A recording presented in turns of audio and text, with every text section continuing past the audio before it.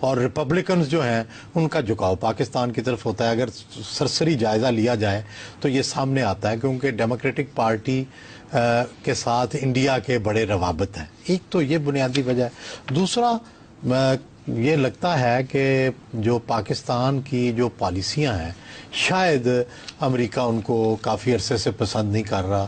اگرچہ ہم نے ڈو مور کی بہت ساری باتیں ان کی یہ دہشت گردوں کے خلاف آپریشن ہمارے اپنے مفاد میں تھا اور ہم نے کیا, لیکن پھر بھی شاید ان کے کچھ تحفظات ہیں جس کی وجہ سے ان کا جھکاؤ اگر اس تناظر میں دیکھا جائے. ایک تو ان کی اپنی وجوہات ہیں, ایک اس تناظر سے بھی ہے کہ وہ اس خطے میں شاید اب سمجھتے ہیں کہ انڈیا ان کے زیادہ قریب ہے بنسبت پاکستان کے. تو کیا یہ امریکی صدر کے دورے کے حوالے سے کافی منفی باتیں ہم سن رہے ہیں, تو کیا کچھ پازیٹیو ہے پاکستان کے لیے بھی اس دورے میں؟ دیکھیں 2-3 چیزیں بڑی پازیٹیو ہیں. نمبر 1 تو یہ ہے کہ اگر امریکہ کا انڈیا پر انفلوئنس پڑتا ہے تو ہمیں یہ سوچنا چاہیے کہ کیا اس سے مسئلہ کشمیر کے حل کرنے میں یا انڈیا کی جو بعض معاملات پر وہ ضد پر اڑے ہوئے ہیں کیا اس میں امریکی انفلوئنس استعمال ہو سکے گا کہ نہیں ہو سکے گا. جس طرح پاکستان اور بھارت کے درمیان کارگل کے بعد جو سٹینڈ آف ہوا تھا اس میں امریکہ نے اپنا اثر دکھایا تھا, تو اس طرح کا اثر جو ہے اس سے فائدہ اٹھایا جا سکتا ہے. دوسرا امریکہ نے بھی اب جو صدر اوباما ہے انہوں نے جاتے ہوئے 2 باتیں کی ہیں. ایک تو مذہبی انتہا پسندی کی طرف انہوں نے اشارہ کیا ہے کہ انڈیا کی ترقی کو مذہبی انتہا پسندی روک سکتی ہے, پر اسٹیٹس آف وومن پہ بھی انہوں نے بات کی ہے. تو ہماری بھی انڈیا کے ساتھ جو بہت زیادہ تضاد ہے یا اناد ہے اس میں مذہبی انتہا پسندی بھی ایک بہت بڑا اناد ہے کہ جو ہندوتا کا تصور ہے ظاہر ہے وہاں کے مسلمانوں کے لیے بھی اور یہاں کے مسلمانوں کے لیے بھی اور اوورآل دنیا کے لیے بھی یہ خطرناک ثابت ہو سکتا ہے. اچھا سہیل صاحب, اس حوالے سے میں آپ سے مزید سوالات پوچھوں گی, لیکن یہاں پہ ہم لیتے ہیں ایک چھوٹی سی بریک سے واپس آ کر مزید بات کریں گے. دیکھتے رہیے میرے مطابق.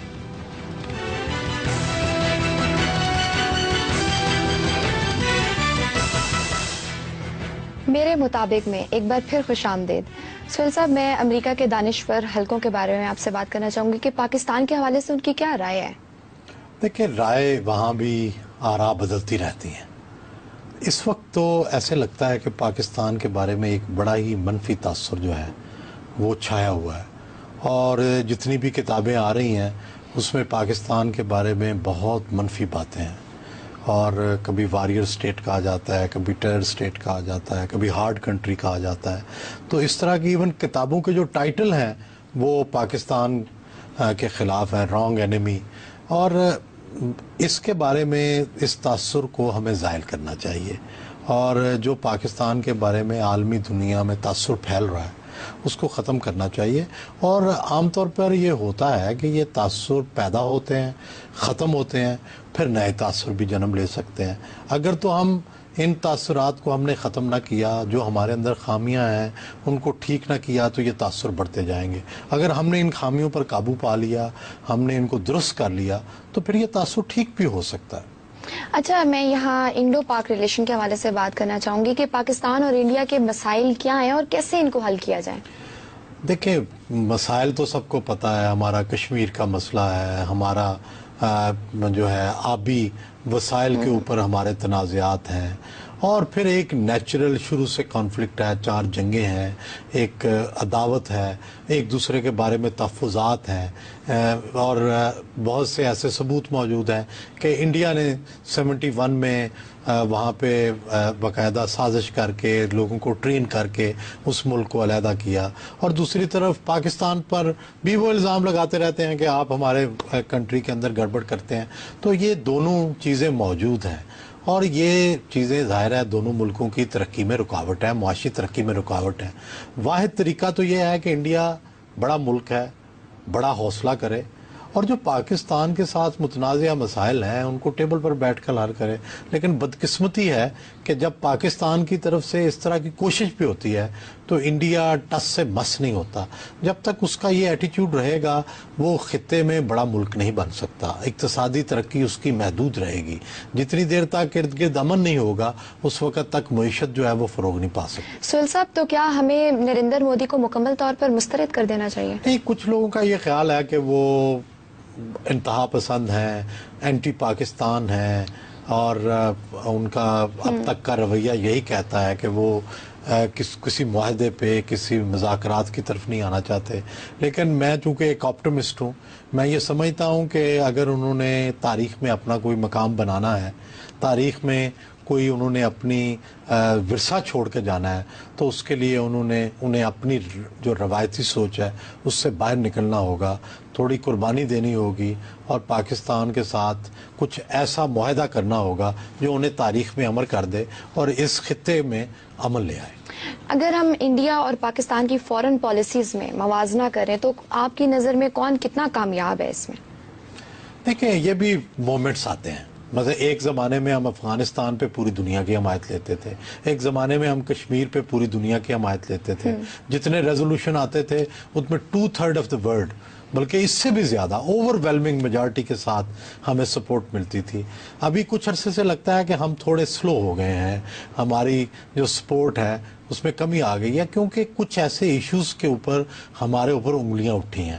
لیکن پھر وہی بات ہے کہ اگر ہم پہلے یہ کر سکتے ہیں انہی وسائل کے ساتھ, انہی ایشوز کے ساتھ, تو اب کیوں نہیں کر سکتے؟ صرف توجہ کی ضرورت ہے, فوکس کی ضرورت ہے, اپنی غلطیوں پر قابو پانے کی ضرورت ہے. اچھا, یہ افغانستان میں امریکی انخلا کے معاملے میں پاکستان اور انڈیا کی حکمت عملی کیا ہے اس معاملے میں؟ دیکھیں, پاکستان کی تو اب حکمت عملی واضح ہے کہ پرامن افغانستان, پرامن پاکستان, اور جتنی ہم کم مداخلت کریں گے اتنی پاکستان میں کم مداخلت ہوگی.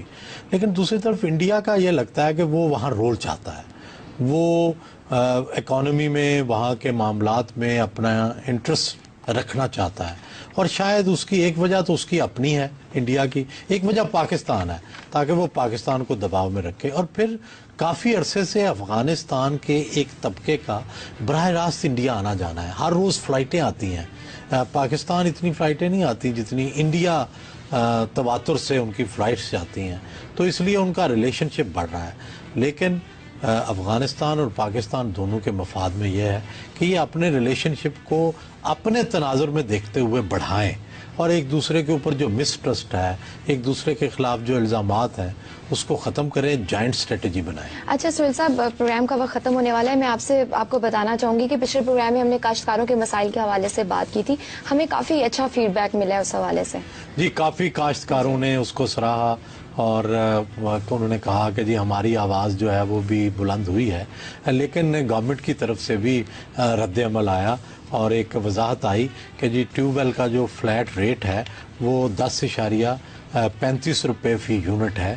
ہم نے کچھ زیادہ بتایا تھا, غلطی تسلیم کرنے میں کوئی حرج نہیں ہے, تو سب یہ کریکٹ کر لیں کہ فلیٹ ریٹ 10.35 ہے. صحیح ہو گیا. آج کے لیے بس اتنا ہی. اپنے دیکھنے والوں کو کہوں گی لکھنا نہ بھولیے mm@geo.tv پر. اپنا بہت سا خیال رکھیے. خدا حافظ.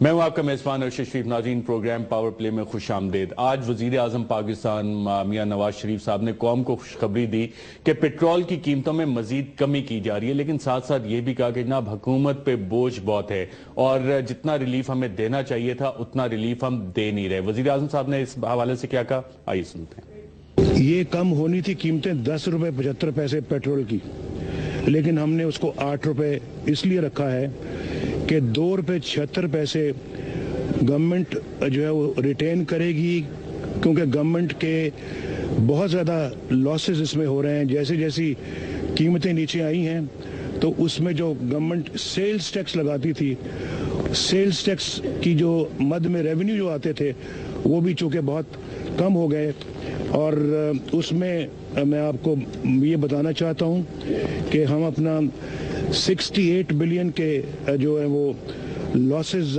ہمیں اس میں برداشت کرنے پڑیں گے. اور اس قیمت کو جو ہم ریٹین کر رہے ہیں, جیسے کہ میں نے 2 روپے 76 پیسے کی بات کی ہے, باقیوں میں بھی میں ابھی بتاؤں گا, تو اس میں ہمیں 28 بلین ریکور کر پائیں گے, اور اس کے باوجود 40 بلین کا گورنمنٹ کو لاس ہوگا. جی ناظرین، آپ نے سنا وزیر اعظم پاکستان کہہ رہے ہیں کہ عوام کی جیب سے 28 بلین روپیہ وہ ریکور کریں گے۔ جب عالمی منڈی میں تیل کی قیمتیں بڑھتی تھی تو یہی عوام پیسے بھی دیتی رہی، جتنی بھی 100 روپے سے اوپر بھی قیمتیں گئی پاکستان میں عالمی منڈی میں بھی جب قیمتیں بڑھ رہی تھی تو یہی عوام پیسے دیتی رہی۔ کیا وجہ ہے کہ جب انٹرنیشنل مارکیٹ میں پرائسز گری ہیں تو عوام کو پورا ریلیف کیوں نہیں دیا جا رہا؟ اور ساتھ ساتھ ناظرین آج پروگرام میں یہ بھی جاننے کی کوشش کریں گے کہ جب وزیر اعظم پاکستان کہتے ہیں کہ ہم حالت جنگ میں، پوری قوم اس جنگ میں متحد ہے، تو پھر پاکستانی سوسائٹی کے کچھ سیکشن جس میں کہ وکلا سر فہرست ہیں وہ ملٹری کورٹس کی اسٹیبلشمنٹ کو اپوز کیوں کر رہے ہیں؟ اس کے آئینی دلائل اس حوالے سے کیا ہیں؟ حامد خان صاحب ہمارے ساتھ لاہور سے ہمیں جوائن کر رہے ہیں، فیصل آباد سے ہمیں طلال چودھری صاحب جوائن کر رہے ہیں، اسلام آباد اسٹوڈیو میں ہمارے ساتھ بیرسٹر شعیب رزاق صاحب ہیں، اور اسلام آباد اسٹوڈیو میں ہمارے ساتھ لیفٹیننٹ جنرل ریٹائرڈ شعیب امجد صاحب ہیں۔ آپ سب کا پروگرام میں شرکت کا شکریہ۔ طلال چودھری صاحب، سب سے پہلے میں گفتگو کا آغاز آپ سے کرنا چاہوں گا کیونکہ عوام کے پیسے کی بات ہے۔ وزیر اعظم نے کہا جی 2 روپے 76 پیسے کا جو ریلیف ہے وہ ہم عوام کو نہیں دیں گے کیونکہ حکومت جو ہے 28 ارب روپیہ وہ ہم نے عوام کی جیب سے پورا کرنا ہے۔ جب عالمی منڈی میں قیمتیں بڑھ رہی تھیں اب یہی عوام پیسے دیتی رہی، اس وقت تو آپ نے اس طرح کا ریلیف نہیں دیا، تو آج یہ 2 روپے 76 پیسے اور 28 بلین روپیہ عوام کی جیب سے کیوں نکال رہے ہیں آپ؟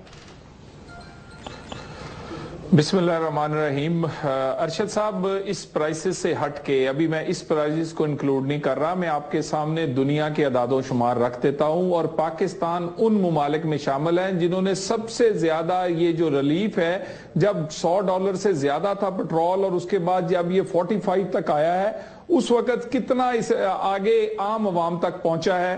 امریکہ جہاں پر کوئی ٹیکس نہیں ہے اس پہ آپ کے پٹرول پر، وہاں پر 3.98 شکاگو میں گیسولین تھا، اور اس کے بعد اب اس وقت 2.98 ہے، یہ جو پچھلے ہفتے کی یہ فگرز ہیں، یعنی 25% پاس آن کیا۔ اسی طرح انڈیا آپ کے ساتھ ہے، انہوں نے 13.6 پاس آن کیا۔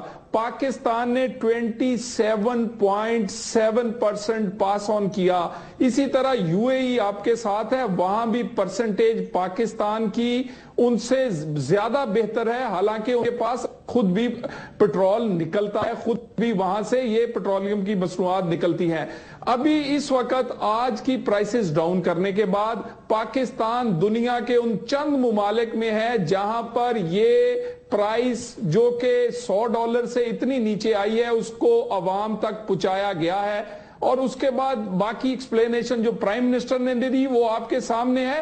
گورنمنٹ نے کمانے کی بجائے گوایا ہے، اور اس میں صرف ہمیں کم ریکور کرنے کے لیے تھوڑے سے ٹیکسز بڑھائے گئے ہیں۔ انڈیا نے یہی ٹیکسز تھوڑے سے یعنی کہ 27% سیلز ٹیکس کا نفاذ جو کہ 1/4 بنتا ہے 27%، اس سے بھی تھوڑا سا زیادہ۔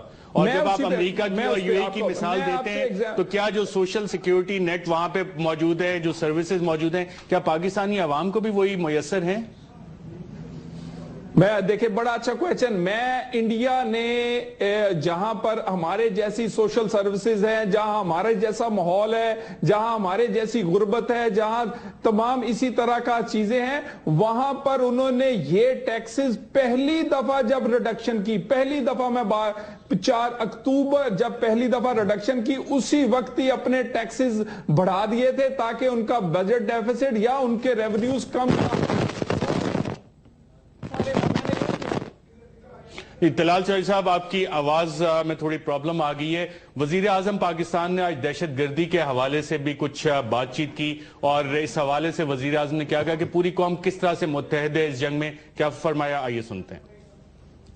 کے خلاف پوری قوم اور قومی ادارے متحد ہو کر ایک فیصلہ کر چکے ہیں، اور وہ فیصلہ یہ ہے کہ دہشت گردی کے خلاف جنگ ہر حال میں انشاءاللہ ہم نے جیتنی ہے۔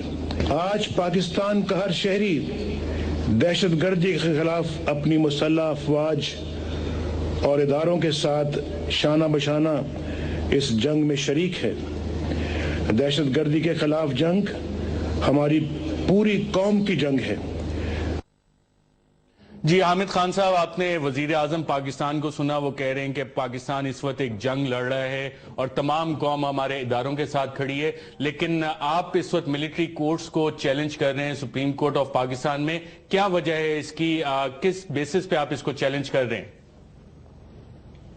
دیکھیے جہاں تک جنگ کا تعلق ہے ہم بالکل قوم کے ساتھ ہیں اور اس جنگ میں شامل ہیں، لیکن ہم یہ سمجھتے ہیں کہ یہ جنگ جو ہے آئین کے دائرہ کار میں رہ کے لڑی جانی چاہیے، اور جو مشکلات ہیں اس دہشت گردی کی ان کا حل ہرگز فوجی عدالتیں نہیں ہیں، اور فوجی عدالتوں سے کوئی مسئلہ حل ہونے والا نہیں ہے اور آئین کی خلاف ورزی ہو رہی ہے۔ رائٹ، حامد خان صاحب، آئین کے دائرے کار میں رہ کر جنگ لڑی جانی چاہیے، یہ تو اب کانسٹیٹیوشنل امینڈمنٹ ہو گئی ہے، آئین کا حصہ بن گئی ہے، تو کیا اب یہ آئینی نہیں رہا؟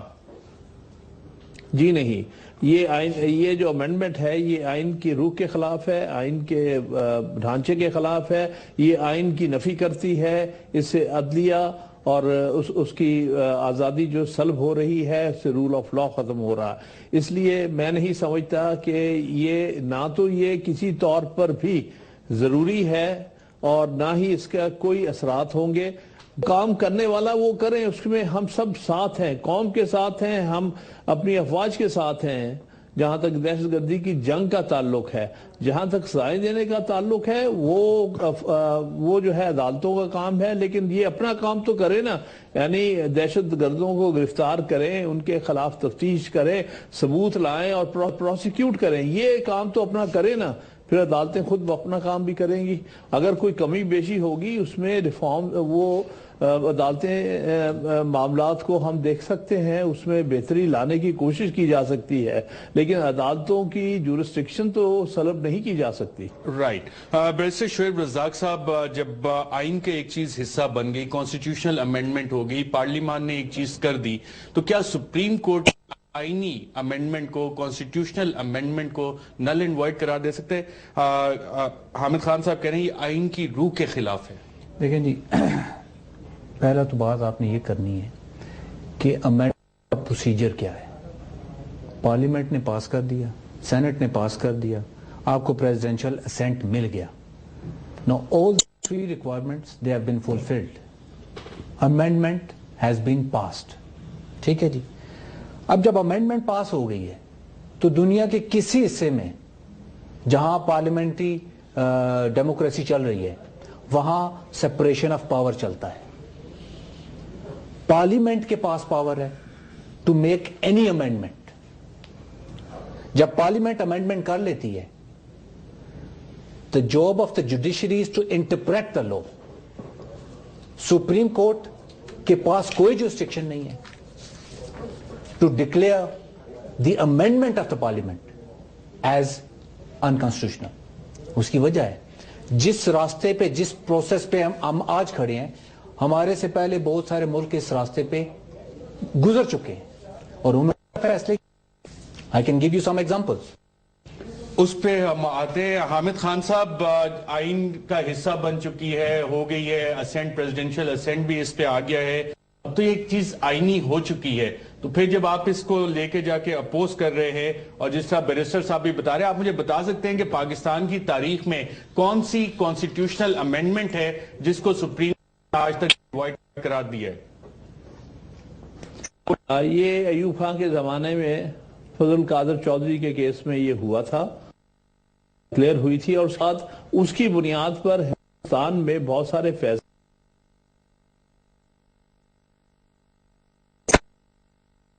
ہے۔ کوئی امینڈمنٹ بھی ایسی نہیں کی جا سکتی جس سے کہ آئین کا بنیادی ڈھانچہ جو ہے وہ تبدیل ہو جائے۔ یہی صورتحال بنگلہ دیش میں ہے، یہی صورتحال بہت سے اور ممالک میں ہے کہ آئین کے بنیادی ڈھانچہ جو ہے وہ عام امینڈمنٹ کے ساتھ تبدیل نہیں ہو سکتا۔ لہٰذا یہ وہ قانونی اور آئینی نقطہ ہے جو کہ دنیا بھر میں جس کی پذیرائی ہوئی ہے اور عدالتوں نے کی ہے۔ یہ معاملہ تو سپریم کورٹ کے سامنے ہے، سپریم کورٹ فیصلہ کرے گی۔ جی حامد خان صاحب، آپ کی آواز تھوڑی سی ڈسکنیکٹ ہوگی، ہم دوبارہ آتے ہیں. جب وزیر اعظم کہتے ہیں تمام قوم متحد ہے، آج بھی آرمی چیف کے ساتھ بیٹھے تھے، وہاں بیٹھ کے انہوں نے یہ کاؤنٹر ٹیررزم فورس پنجاب میں ریز کی ہے، یہ میسج دیتے ہیں. پھر ہم دیکھتے ہیں کہ ہماری وکلا برادری وہ کہتی ہے کہ جناب ہم سٹرائکس بھی کریں گے اور اس کی اپوزیشن بھی کریں گے.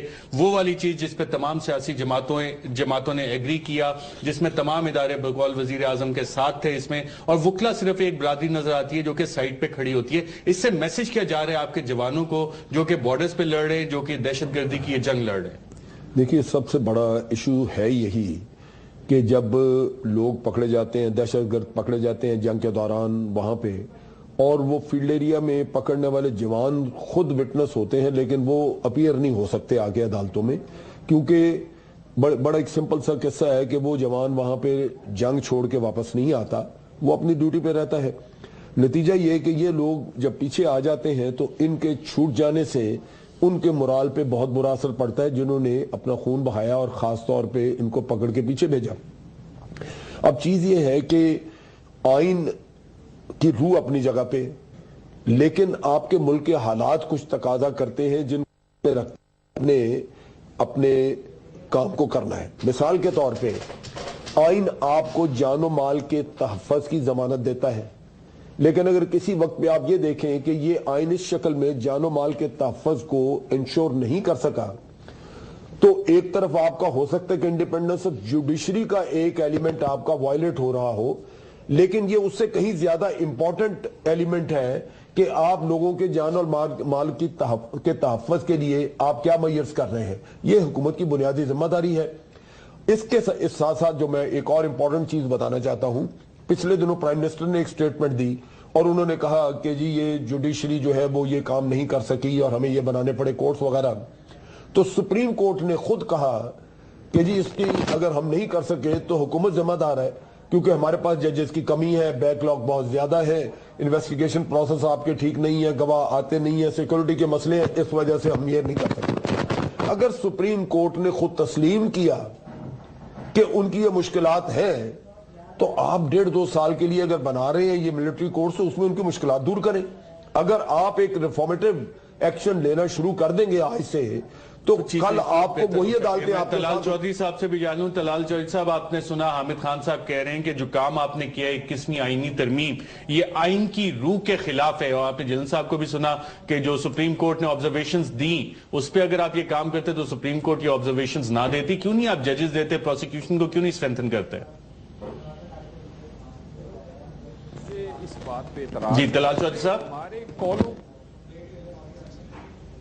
جی طلال چودھری صاحب سے میں خیال رابطہ نہیں ہوا. ناظرین یہاں ایک لیتے ہیں، وقفے کے بعد دوبارہ حاضر ہوتے ہیں.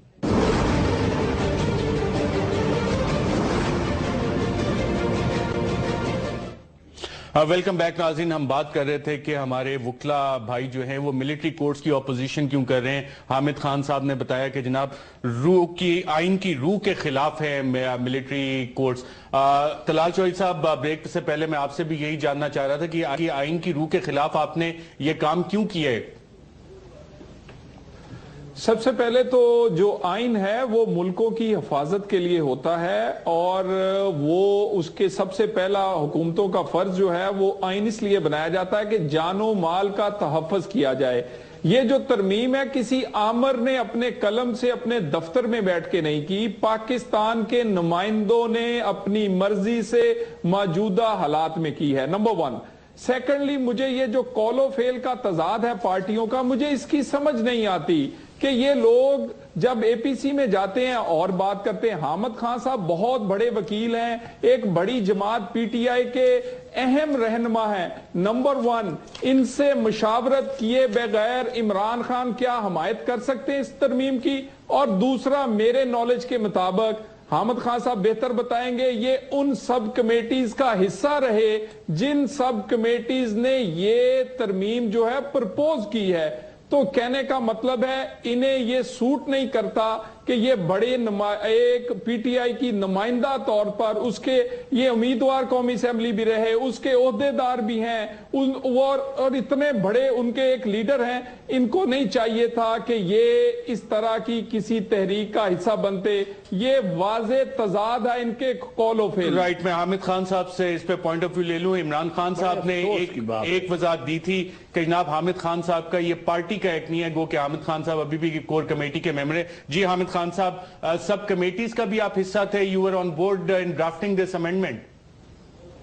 جی, لیگل کمیٹی کا اس میں میں نے سخت اپوز کیا تھا اور میرے ساتھ اعتزاز احسن صاحب بھی شامل ہو گئے تھے اس کی مخالفت میں آئینی ترمیم کی, اور یہ اس کے بعد دوسری اے پی سی کی گئی ہمیں اوور رول کرنے کے لیے. اس لیے اگر انہوں نے یہ کہا ہے تو ان کو صحیح علم نہیں ہے کہ ہم نے وہاں کوئی حمایت نہیں فوجی عدالتوں کی نہ ہم نے حمایت کی کوئی آئینی ترمیم کی, اس کی سخت مخالفت کی ہے. جہاں تک پارٹی کا تعلق ہے, پارٹیوں کے اپنے لمیٹیشنز ہوتی ہیں. ہم یہاں بار ایسوسیشن کے طور پر ہمارے فرائض ہیں اور میں بار ایسوسیشن کی نمائندگی کرتا ہوں, وکلا کی نمائندگی کرتا ہوں, اور اس شکل میں اس کا میں وکیل ہوں Lahore high court bar association کا, ایک اصولی ایک آئینی نقطے کے اوپر. ہم نے کبھی بھی, ساری میری عمر گزر چکی ہے, 4 ہم نے فوجی دور گزارے ہیں, ایک دور میں بھی کبھی کسی فوجی حکمران کی ہم نے کبھی حمایت کی ہو ہم وکلا نے, کبھی ہم نے ایکسپٹ کیا ہو, کبھی نہیں ہم نے آج تک ایکسپٹ کیا. پولیٹیکل پارٹیز تو وقتاً فوقتاً کبھی فوجی آمروں کے ساتھ رہی ہیں, کبھی ان کے خلاف رہی ہیں, ان کی ایک ہسٹری الگ ہے, لیکن وکلا کی ایک بڑی کنسسٹنٹ ہسٹری ہے کہ انہوں نے ہمیشہ فوجی حکومتوں کی بھی, فوجی عدالتوں کو بھی, اور غیر آئینی کسی ہر وکلا میں سے حامد خان صاحب ججز آئے تھے نا جنہوں نے فوجی آمروں سے پی سی او کے حلف کیے. ایک بات کرنا چاہتا ہوں. ہاں, فوجی آمروں ججز نے یہ کام کیا ہوگا, وکلا نے نہیں کبھی. وہ ججز جو بنے وہ وکلا سے ہی بنے تھے نا کہ نہیں؟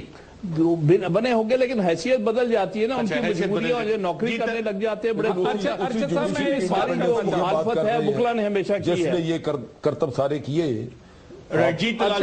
مجھے ایک بات کرنے کی اجازت دیں. آپ نے کہا کہ یہ اس کا حصہ تھے, لیکن حامد خان صاحب کہہ رہے ہیں انہوں نے تو اس کمیٹی میں اپوز کیا تھا, دیٹس وائی یو ہیڈ, آپ کو دوسری میٹنگ کروانی پڑی اس پہ. نہیں, میں دیکھیں نا, انہوں نے مانا ہے کہ وہ سب کمیٹی کا حصہ تھے. نمبر 1, مجھے بتائیں حامد خان صاحب جیسا وکیل, اسے تو چاہیے کہ وہ اپنی پی ٹی آئی کی پارٹی سے ریزائن کرتا, کہتا کہ اتنا بڑا غلط کام کرنے والی پارٹی کو میں چھوڑ رہا ہوں, اور اس کے بعد پھر وہ رٹ لے کر سپریم کورٹ میں جاتا. کبھی آپ سیاستدان بن جاتے ہیں, کبھی آپ وکیل بن جاتے ہیں.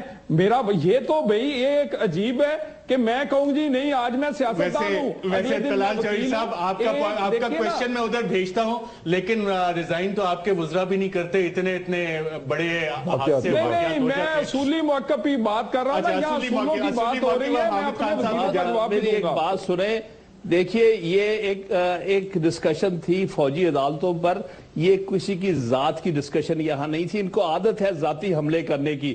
باقی میں جانوں, میرا پارٹی جانے, ان کو کیا تکلیف ہے.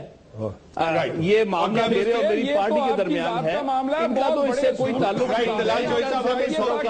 لیگل آرگومنٹ کی طرف موو کرتے ہیں, بات وہ کرو جو لیگل آرگومنٹ کی طرف اس کو موو کرتے ہیں. میں جانوں, میں وہی بات کرتا ہوں, میرے اگر کوئی اختلافات ہوں گے پارٹی کے اندر تو میں ایک چیز بنے. جو تو پاکستان تحریک انصاف نے کلیریفائی کر دیا نا, عمران خان صاحب نے, میں آپ کو ان کی جو انہوں نے بات کی تھی حامد خان صاحب کے حوالے سے کہ جناب ان کا پارٹی چیئرمین ہے عمران خان نے اس بارے میں کیا کہا, یہ ناظرین سنتے ہیں.